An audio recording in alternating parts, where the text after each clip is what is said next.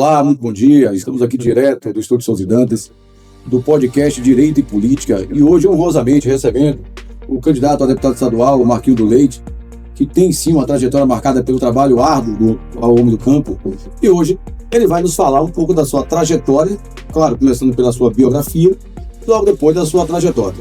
Marquinhos, Jaguarari lhe abraça. Bom dia a Jaguarari, esse povo tão cordeiro, querido e acolhedor. Aqui, bom dia, doutor Jairo, bom dia, Renato, agradecendo aqui a presença das pessoas que me acompanham de Jefferson Marapeca. Bom dia, Zé da Onça, né?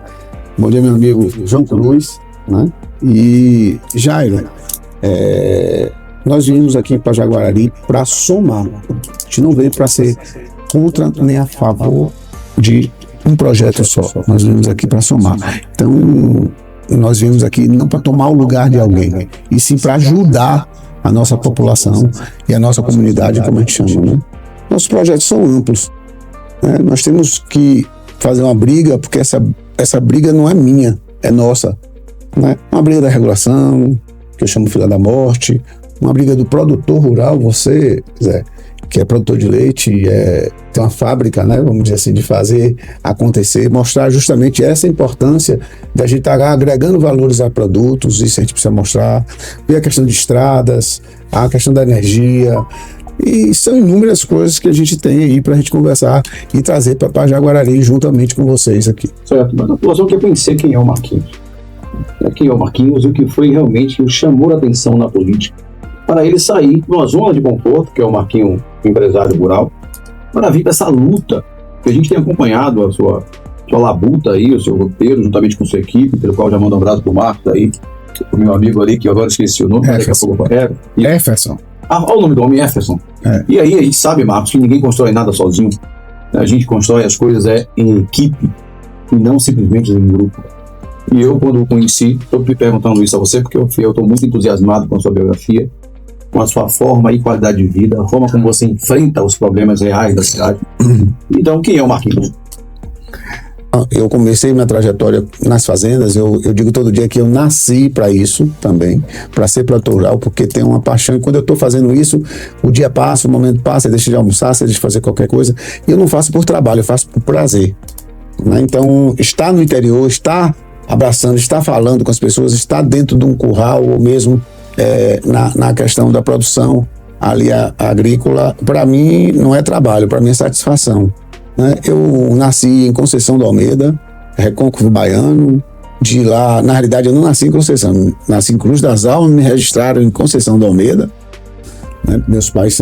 Meu pai é dali, da região, minha mãe já é da região da Chapada, e eu sou da Bahia, né? Eu me digo sempre que eu sou da Bahia, eu sou baiano. Do estado todo? Porque eu terminei nessa labuta nossa. Com 14 anos eu fui gerente de um posto de gasolina de minha família, fiquei lá até os 18 anos, fui presidente de liga de esporte, botei iluminação com jogo. Depois disseram que eu ia ser candidato a prefeito, que eu estava fazendo todo aquele caminho por conta de amizades que a gente tinha em Salvador, aquela coisa toda, para que eu fosse galgar uma prefeitura, e eu deixei tudo e disse: então fiquei com vocês, eu não quero ser candidato a nada, queria deixar um legado, porque eu gosto muito de esporte também, né? Assim como eu gosto do campo, eu gosto do esporte, gosto de servir. E aí eu deixei, e logo depois eu fui para a alimentação industrial. Eu terminei rodando a Bahia e o Brasil, todas essas grandes unidades da Bahia, inclusive aqui próximo à barragem do Empim ali, nós ajudamos a construir, né, fornecendo alimentação para todo o pessoal, e nós já éramos especialistas em grandes unidades. Como o trabalho é muito árduo, esse trabalho de alimentação industrial, que é como no campo, você não tem dia, nem hora, nem minuto, todos os dias uma vaca não sabe que dia é domingo, nem que dia é sábado, ela precisa do trato. A roça os tratos culturais, e ela não sabe que dia é domingo ou sábado, então a gente precisa estar na labuta todos os dias, de 5 da manhã, a hora que for. Se de repente você está dormindo, começa um parto de uma ovelha, de uma vaca ali, você precisa fazer o parto. Então, dessa forma, a mesma coisa com a irrigação, com tudo. Então, nós não temos dia nem horário, assim como não tinha alimentação. Só que a pressão era muito grande. Nós fornecemos muitas refeições, e o trabalho era de domingo a domingo, e eu disse: eu vou morrer. nessa pressão toda que eu vou morrer, vou parar. Eu já era produtor rural, né? Porque eu nunca deixei de ser, vamos dizer assim, mas dividia as atividades. Eu trabalhava, vamos dizer, de segunda a sexta, quando era sábado eu ia trabalhar no campo. E no domingo eu retornava à noite já com algumas coisas. Aí a gente produzia o queijo já para as empresas, tinha outras coisas que a gente produzia também, fazia uns defumados de porco, então sempre ligado a esse ponto. Ou seja, você conhece a zona rural, o homem do campo como ninguém. E a você também é apaixonado por esse ramo, né? Eu sou um pouco do bombril, você sabe aquele negócio? Faz utilidade. Pronto, Marquinhos, é muito bom que você conte isso. Na verdade, nós todos aqui sofremos da zona rural em função disso. Eu sou um morador da zona rural desde quando pisei o pé em Jaguarari, há 11 anos. Quando casei com a doutora Andresa, já nunca morei na sede, sempre morei na roça. Então essa paixão, não só pela fauna, mas pela flora, enfim, por esse conjunto de coisas que nos faz apaixonar, nós também trabalhamos diariamente pela dificuldade do homem do campo. Hoje o homem do campo, se ele precisar de um carro, de uma água para beber, ele tem que pedir à prefeitura, ou esperar que Deus faça chover. Não existe um projeto que delibere de forma periódica essa água sem pedido. Também o homem do campo, se ele precisar arar uma terra, ele também tem que pedir. E aí quem vai deliberar é o órgão municipal, quantas horas ele vai ter ou não.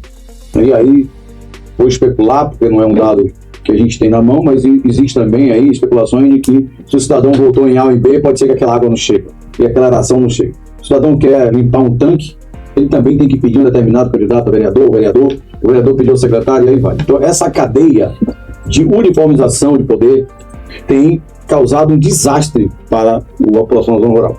Porque todo mundo fala de êxodo rural. O que é um êxodo rural, se não o abandono da sua terra para procurar algo melhor numa cidade grande? E aqui o doutor Renato fala muito bem que nós temos uma ponte chamada Jaguarari São Paulo. Os jovens, todos eles, chegando à sua idade produtiva, eles saem de Jaguarari por falta de oportunidade. Então o que a gente está vendo é que há uma tendência muito clara de se abandonar cada vez mais as roças.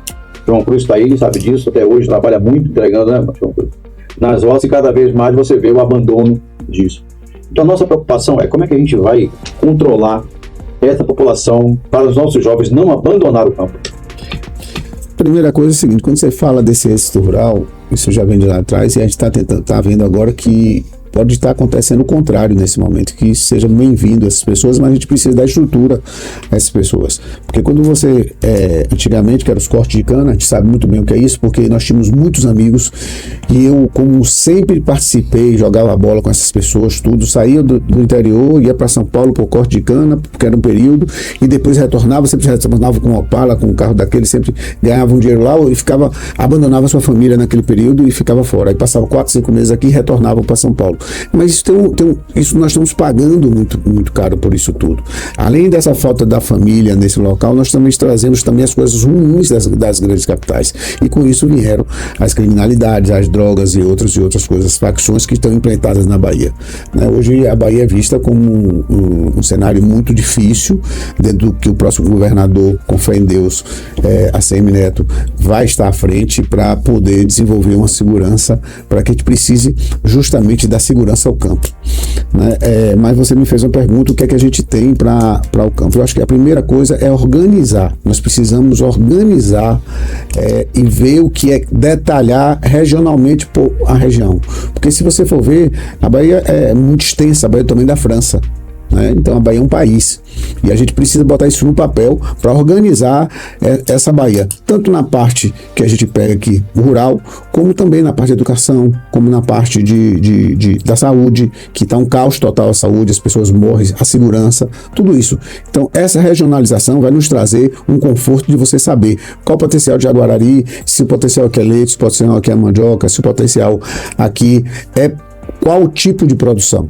E que daí você venha e traga os cursos específicos para essa, dando qualidade e quantidade a essas pessoas, para que elas não precisem sair do seu lar, que não deixe a sua casa, não deixe realmente aquele local onde você sente o carinho familiar, para que ela saia e vá em busca do que não sabe lá em São Paulo, ou mesmo na capital Salvador. Haja visto que nós não temos segurança, Jairo. Se você tem aqui Jaguari, assim como quase todas as cidades da Bahia, tem 2 ou 3 policiais de plantão, população e uma viatura só. Então, qualquer coisa que aconteça aqui num distrito a 30, 40 quilômetros daqui, sai-se da cidade, vai até aquele distrito, para que depois saia daqui, a delegacia aqui regional deve ser Senhor Bonfim. E aí depois ele tende para Senhor Bonfim. Mas se acontecer em outro distrito, tem que parar aquele ali. Então a gente precisa entender a segurança pública, porque quando você leva as pessoas para o campo, elas também precisam de segurança. Então fazer segurança, uma pauta. A outra pauta chama o seguinte: o governo fala tanto de assistência e agricultura familiar. Qual assistência técnica dada a essas pessoas? O que é que está sendo feito por essas pessoas? Você vê aí, o governo fez um trabalho que, por sinal, até é interessante o trabalho, mas eles não querem que dê certo. Ele entrega ali a galinha, o pinto, vai com relação à produção de ovos caipira. Só que vai ser vendido aonde? Nós sabemos até produzir, mas ser vendido aonde? Aí começa a ser vendido a preços baratos e daí não cobre o custo. Aí o que é que vai acontecer? Por necessidade, essas pessoas vão abater aquelas galinhas para comer, por nossa necessidade, e aí começa a diminuir. Então são coisas feitas para não dar certo. Precisamos dar um curso, e a prefeitura, juntamente com o Estado, a Secretaria de Agricultura, falando disso, precisa abrir um pouco mais esse desenvolvimento, né? O que seria? Dando assistência técnica, dando curso a quem realmente quer fazer e organizando, porque se você tem uma produção de 10, mas se você junta 100 pessoas de 10, vai dar 1.000. Né? Daí você começa a ser competitivo. Você já não é um pequeno, você é um grande produtor. Por quê? Associações, nós não temos costumes aqui de associativismo. A gente precisa fazer diferente. Tem 300 milhões de associações feitas aqui na Bahia. Mas para quê? Tudo bem, eu vou lhe cortar apenas porque... Fica à vontade, vai ainda terminar. Você faz associativismo, mas as associações, infelizmente, em sua maioria absoluta, não sei o que estou dizendo, são os números apresentados, elas estão comprometidas politicamente, não socialmente. Mas é justo. Os políticos, eles tomaram as associações. Ou seja, quando os grupos políticos tomam associação, ele passa a aparelhar a associação para o interesse político. Mas é justamente isso que eu acabei de falar já. De maneira que nós não temos costume. Então, elas são feitas para o aparelhamento político de trazer um benefício, que aquele benefício não dá certo. Ou seja, só trazem na época de eleições. Ou então ficam ali, matracando, deixando as pessoas refém em algumas coisas para que venham a votar. O que a gente precisa é mudar, pegar um ou duas, mostrar um embrião. Eu tenho 2 ou 3 casos onde eu estou atuando, onde a gente está dando liberdade às pessoas. Isso não quer dizer que você vai ficar refém de uma secretaria, o associado, ou mesmo o presidente da associação. Chega e diz, se a gente não votar em fulano, a gente não vai ter isso. Espera aí, meu amigo. Pronto, esse é o ponto. Então a gente precisa mesmo primeiro... Organizar. É despolitizar. Nós vamos despolitizar. Não, vamos ser real. As pessoas que queiram trabalhar para um determinado grupo. Não, para que os associados, não digo nem o povo em si, porque é muito distinto. É muito fácil você chegar e dizer assim, Jairo, qual o mais importante dentro do processo? Um deputado, que a gente olha os deputados seguinte, ninguém enxerga um deputado, quais as ações dele. Aí enxerga o seguinte, o prefeito vai ali e diz, o deputado mandou para aqui 100 mil reais, 200, 2 milhões, 10 milhões de emenda. Foi feita o que para aquilo? Sem dúvida, eu acho que tudo, por isso que eu gosto muito da transparência e do ato fiscalizatório. Sem isso você não vai encontrar a saída desse dinheiro. A entrada até existe, mas a saída não. Por isso até que talvez essa discussão já seja... Mas assim, viu, Jair, só finalizando aqui, esse dinheiro que veio é benefício de alguns, mas é um benefício da comunidade ou foi um benefício trazido para o prefeito? Adianta você asfaltar as ruas, como diz aí, é muito bom asfaltar. Como é que vão dar manutenção a esses asfaltos? Existe usina aqui perto? A gente precisa ver. E por que não pegar essas ruas que estão sendo asfaltadas em cima de paralelepípedo, onde já existe paralelepípedo, e jogar isso. Está lá, você vai vocacionado pelo país. Você vê que nós falamos de planejamento, tem base que está envolvido, isso tem de ser dito, 80% do valor consumido pela água. Mas eu sempre acredito que o novo deve ser mudança. A mudança do novo requer realmente dinheiro. Pelo menos aqui porque a alternância de poder é um pilar democrático. Sem alternar o poder, você não fortalece uma democracia. Portanto, por isso que eu lhe apoio. Com certeza as pessoas que lhe apoiam também é por isso. Você está em busca do seu primeiro mandato. Se houver dúvida de qualquer coisa, tem que ser colocado sobre vocês, poder da dúvida, e não daquele que já está ali e nada fez.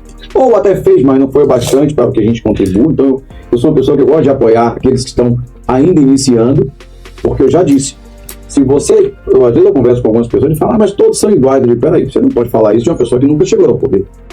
Você não pode presumir que alguém vai chegar ao poder e vai ser igual ao outro. Agora, a democracia ela está aí para isso. Para se o Marquinhos do Leite, amanhã, 4 de outubro, for realmente autorizado como procuração pública a ficar 4 anos no poder, é natural que a gente cobre dele o que ele prometeu. E se assim ele não fizer, cabe a gente não votar no próximo mandato. Isso é democracia. O que não é democrático é você colocar no mesmo lugar pessoas que já não vêm fazendo absolutamente nada e ainda assim você vota. Isso eu não concordo. Por isso, Marquinhos, eu acho que nosso apoio a você passa por esse motivo. Eu tive, em particular, uma fiscalização muito grande sobre sua história. Eu acho que a gente, para votar em alguém, tem que ver o histórico desse candidato. Depois do histórico dele, tem que haver os seus antecedentes.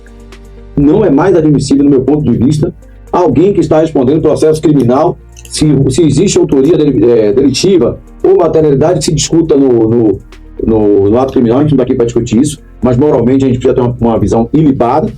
Eu acredito, Marquinhos, que isso tudo fez com que nós pesasse para a gente lhe apoiar. Deixa eu lhe perguntar uma coisa, doutor Jairo, a parte jurídica eu não entendo tanto, mas eu sou uma pessoa que leio e a gente vê tanto. No momento que você tem uma pessoa pública ou uma empresa, ela seja particular ou pública, e você tem qualquer suspeita sobre aquela pessoa, o que é que acontece? A pessoa é afastada. Sim. Ser afastada, e o que a gente precisa fazer é isso. O contraditório tem que existir, naturalmente, mas eu acho que esse momento a pessoa precisa se afastar, responder o que ele está sendo acusado, para que depois ele volte e diz, não, eu fui acusado por uma coisa que não estou. Ou seja, os políticos que estão, os acusados, de modo geral, eles precisam ser afastados, meu ver, para que eles venham a responder seus processos ou não, porque eu não estou falando de processo, estou falando de acusações, assim como se você tem uma empresa e você tem o seu gerente ou o seu encarregado e ele vai ter uma acusação sobre ele, o que é que você faz? Tira ele naquele momento ali, até para que ele prove e tenha condição de provar o contraditório e que depois ele retorne ou não. Eu acho que é dessa forma que você acabou de fazer. Não, sem dúvida. Eu até chegaria, por ser advogado criminalista, eu chegaria um pouco mais além. Não falo nem daquele que tem fase de inquérito, mas não um inquérito administrativo, um PAD ou um PDS, não é isso. Mas, sobretudo, aqueles que já têm condenação, seja na primeira instância ou seja no ato administrativo. Então, se você tem uma condenação, a partir dali, você deve ser completamente afastado. O afastamento da discussão de inquérito é afastamento por sentença ou ato ordinatório jurídico, ou seja, também na parte administrativa, deve ser respeitado a partir dali. Se você tem condenação, é porque já houve substrato bastante para dizer se você realmente tinha autoria delitiva ou se você tinha feito algo. Mas assim, Jairo, quando você falou lá, nós não caímos de paraquedas de Jaguarari, nem de paraquedas, porque não falo de Jaguarari, eu falo a Bahia. A gente tem um trabalho feito, prestado, tanto para todos os produtores rurais da Bahia, falando aqui de ortoga d'água, supressão de vegetação, roubo de animais, invasão da propriedade privada, falo tanto da parte rural, da parte urbana, onde eu sou totalmente contra a Constituição está aí nos dando total apoio em relação a não. Onde a gente se mede pela Constituição, então você vai olhar e não, tem na Constituição, vamos cumprir a Constituição. O que a gente vê que não é tão cumprida no Brasil, na Bahia, principalmente. Não tinha pilhado na minha opinião, com invasão a zero, depois de desapropriação a zero, você levou até Brasília, Bolsonaro, no momento em que a MST invadiu as terras produtivas, aquela luta, e você iniciou aquela guerra, que hoje o agro é dessa. Eu vejo o seguinte, eu acho um ato de coragem, de respeito às propriedades privadas e à Constituição, porque eles falam tanto em como é que eles chamam? Ocupação. Mas se você está ocupando o que não é seu, é ilegal. Perfeito? E falo tanto na questão de que aquela propriedade não está cumprindo a função social.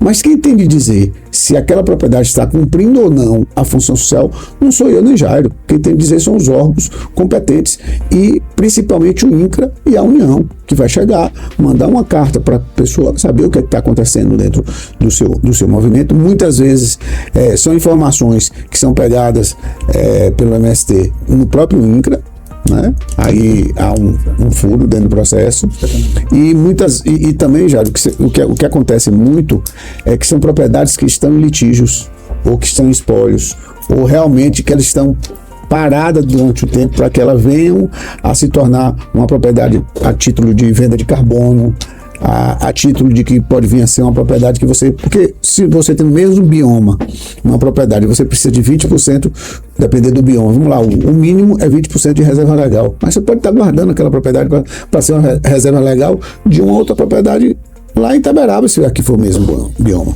Então, a 500 quilômetros daqui. Então, a gente precisa entender o que eles vêm fazendo. E uma pergunta que não quer calar, Sérgio. Eu pergunto isso todos os dias.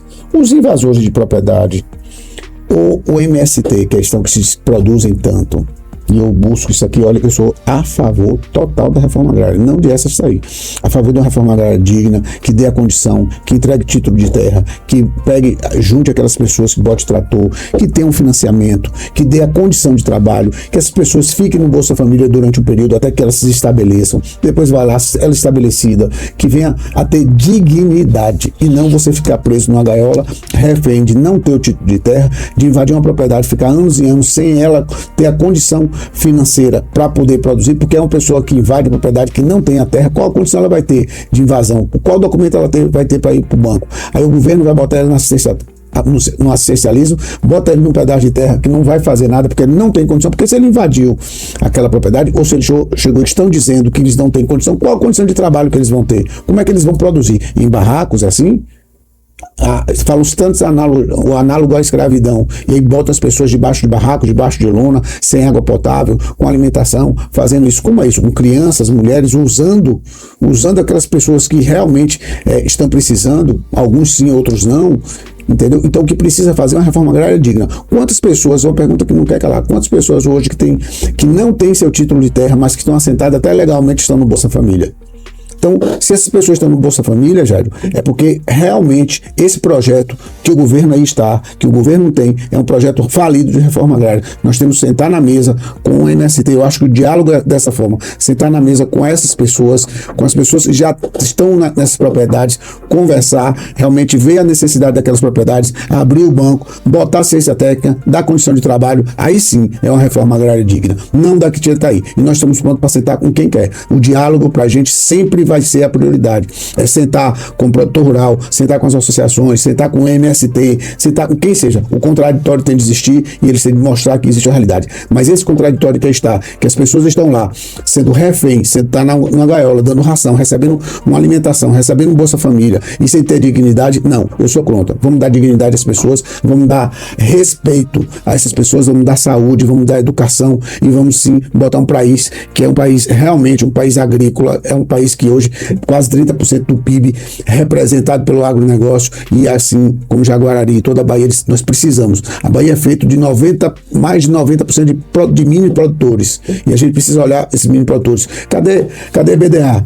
Cadê a Emater? Acabou com tudo. Você não tem assistência técnica. Aí montaram uma empresa de fachada. O que é que está sendo dado a essas pessoas?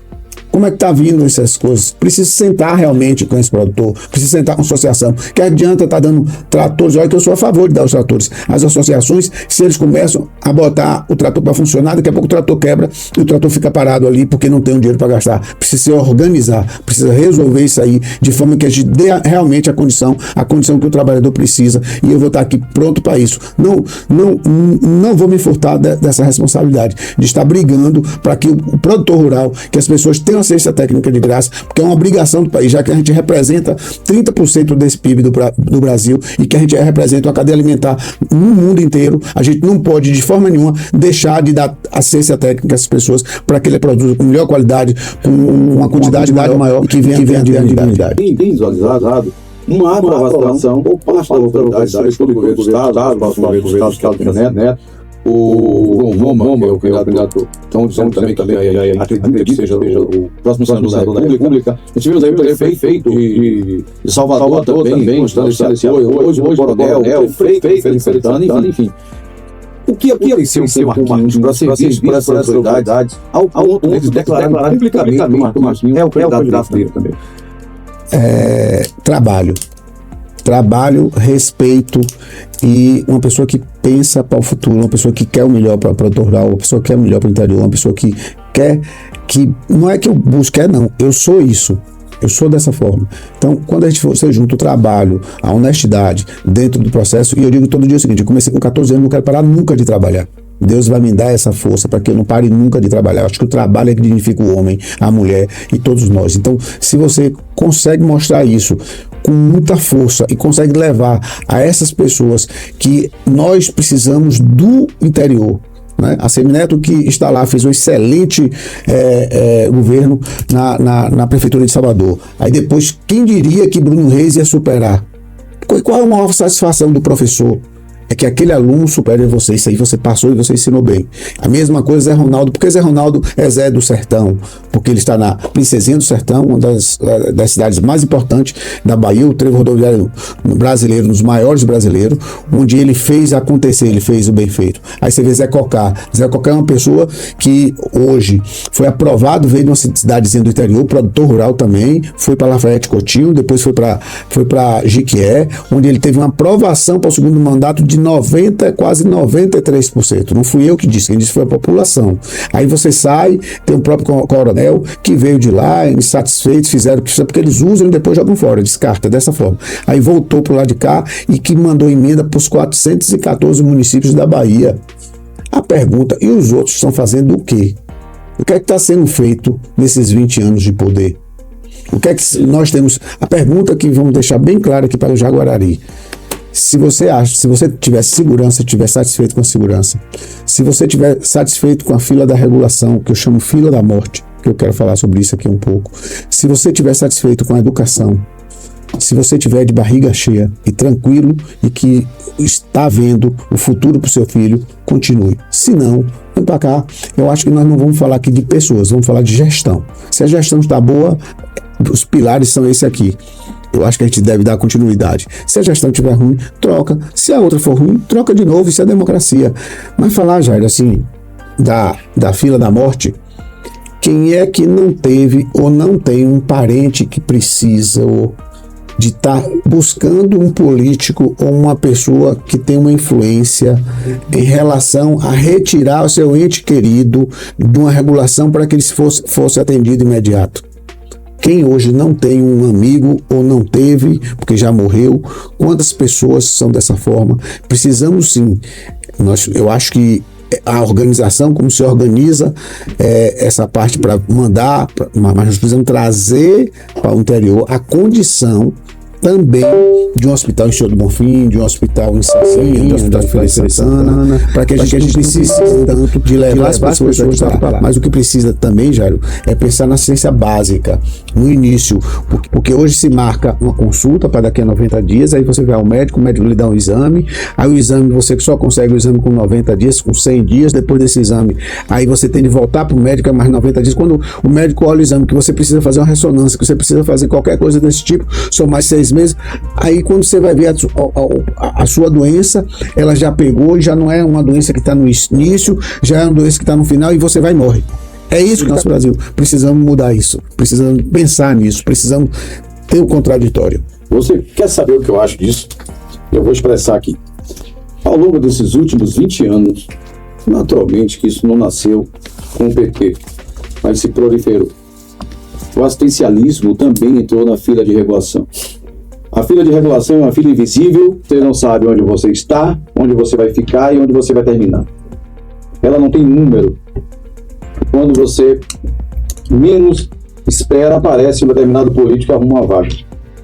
Então, na minha opinião, a fila de regulação é mais um assistencialismo político. Agora, o Brasil vem atravessando, Marquinhos, ao longo desses 20 anos de organização petista. É bom a gente dizer que eu não estou falando de sigla, mas a Bahia já está desde 2007 na mão de uma sigla só.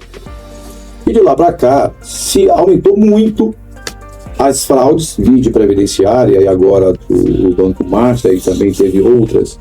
Então nós temos 3 poderes que, na minha opinião, podem estar corrompidos, seja ele o legislativo e o executivo, mas sobretudo o judiciário, que deveria não sabatinar, porque a Constituição não permite, mas deveria estar moderando de forma jurídica esses outros poderes, e o que a gente vê é desembargadores sendo presos, inclusive o Tribunal do Estado da Bahia, Tribunal do Mato Grosso, Tribunal do Ceará, enfim.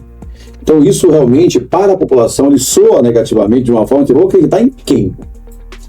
Quando você vê poderes, uma fonte boa que um índice de corrupção altíssimo, quando você vê vai cobrar o poderes, quê de um policial índice de corrupção altíssimo, que ia ser corrompido? Você vai cobrar o quê de um policial? Eu acho que o que precisa trabalhar hoje, na minha opinião, é a moralização nacional. Eu acho que o que precisa trabalhar hoje, na voltar minha a opinião, é acreditar, a moralização nacional, como se fosse voltar a acreditar, mas é começar a estudar os candidatos ao ponto de saber, olha, não é isso. Esse mas é candidato, começar a estudar até aqui, ao ponto de saber, olha, esse candidato, o Marquinhos do Leite, até aqui, que se a gente não voltar a moralizar esse país, moral, não há nada que vá se poder fazer a moralizar ao esse longo país. de décadas. A Bahia tomou o trilho da mudança, seja através do governo do estado, a Semineto, que vem crescendo muito nessas pesquisas, com certeza aí pode chegar a ser governador. E nós temos a Câmara também, que vai ser reformada, com certeza, Marquinhos, você tem chances enormes de ser um desses candidatos eleitos, a gente está aqui para isso. Mas é importante dizer, Marcos, que o doutor Jairo, sua equipe, ele vai apoiar, mas também vai lhe fiscalizar e, com certeza, cobrar que a gente tenha resultado bom. Não fiscalizar para saber o que está fazendo, mas para ajudá-lo nessa caminhada, ajudá-lo nessa progressão e fazer com que você tenha não só os 4 anos, mas também outros mandatos. Quando você fala no político, e vamos dizer assim, a gente precisa cobrar do político. Né? É o que você acabou de dizer. A gente precisa estar alerta com tudo que está acontecendo. E se a gente botou nosso nome à disposição é porque a gente sabe das nossas responsabilidades para com Jaguarari e para com a Bahia.